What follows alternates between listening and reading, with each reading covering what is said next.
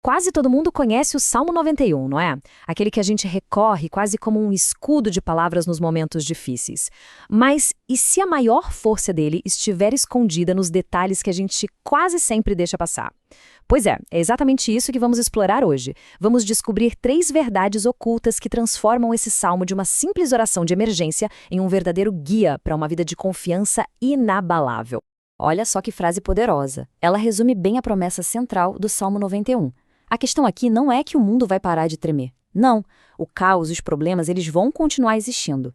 A grande virada de chave é que mesmo no epicentro do furacão existe um lugar de estabilidade absoluta. É um convite para a gente confiar, mesmo quando tudo em volta parece desmoronar. E essa vai ser a nossa jornada. Vamos começar falando sobre como todo mundo geralmente enxerga o Salmo, para depois a gente mergulhar de cabeça nas 3 revelações centrais. E claro, no final vamos ver como aplicar tudo isso no nosso dia a dia. Certo, vamos lá. É fundamental a gente entender o contexto. O Salmo 91 não foi escrito em um momento de paz e tranquilidade. Muito pelo contrário. Ele foi forjado em meio a perigos muito reais para o povo de Israel. Pestes, guerras, inimigos. Ele surge como um hino de batalha espiritual. Uma declaração de confiança bem no meio do medo. E hoje em dia, bom, os perigos talvez tenham outros nomes, mas a essência do medo é a mesma, né? O que tira o nosso sono hoje são diagnósticos inesperados, crises financeiras, uma ansiedade que não vai embora, o cansaço emocional. E o que esse salmo nos ensina é transformador.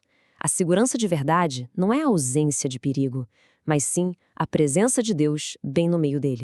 Agora sim, vamos começar a cavar mais fundo. Porque por baixo da superfície, da leitura mais comum, existem 3 ideias poderosas. E o mais curioso é que elas estão ali, bem claras no texto. A gente é que, na correria, muitas vezes acaba lendo sem perceber. E a primeira grande revelação está logo no comecinho, no primeiro verso. Aquele que habita no esconderijo do Altíssimo. A palavra-chave que muda tudo é essa, habitar. Parece um detalhe, mas faz toda a diferença. Essa comparação deixa tudo bem claro. Muitas vezes a gente trata o Salmo quase como um amuleto, uma proteção automática que se ativa quando a gente lê. Mas a grande sacada é outra.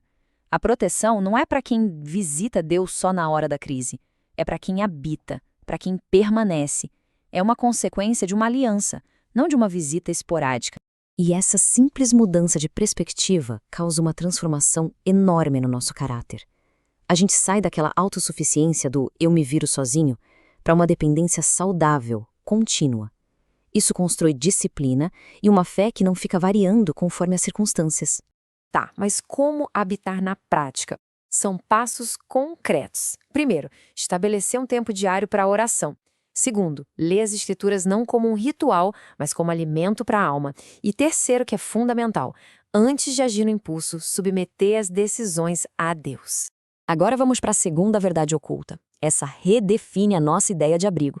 O verso 2 diz: Ele é o meu Deus, o meu refúgio. Só que a forma como a gente entende a palavra refúgio muda completamente o jogo. Muitas vezes, a gente confunde refúgio com escapismo, né? A gente usa a fé para tentar fugir dos problemas. Mas a grande virada de chave é entender que o refúgio em Deus não é para se esconder, e sim para se fortalecer. É como ir para o boxe no meio de uma luta. Você vai para se reestruturar e voltar para enfrentar o que vier pela frente com mais coragem. E essa perspectiva molda um caráter ativo, não passivo. A fé deixa de ser uma espera e se torna uma coragem que age. Isso traz equilíbrio emocional para a gente atravessar as crises sem ser dominado por elas. É o que desenvolve maturidade. E na vida real?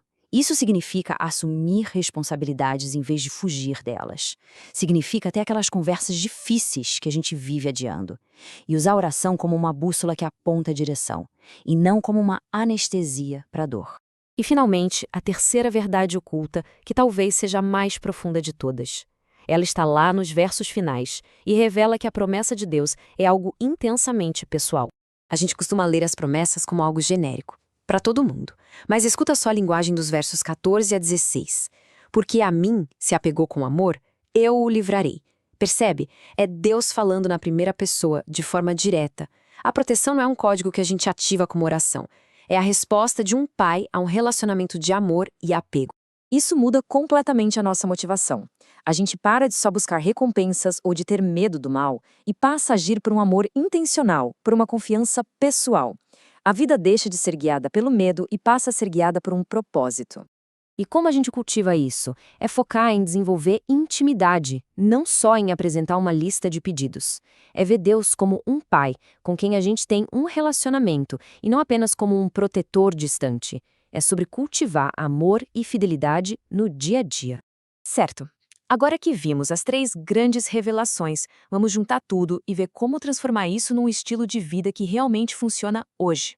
Essa tabela resume tudo de forma brilhante. De um lado, os erros comuns, do outro, as alternativas.